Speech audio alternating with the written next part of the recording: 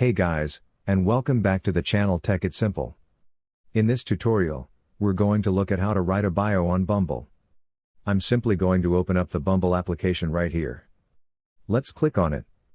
Well, as you can see, I've already logged into my account.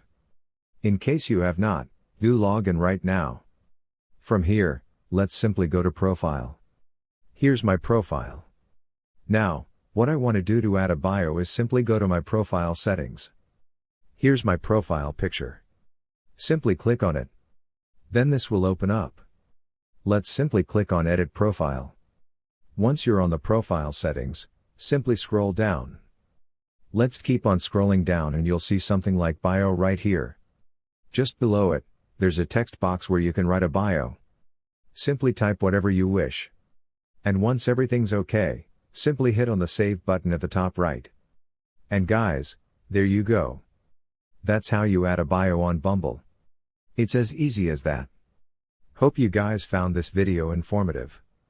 And for more content like this, do remember to hit like, share, and subscribe. Your support fuels us. Thank you.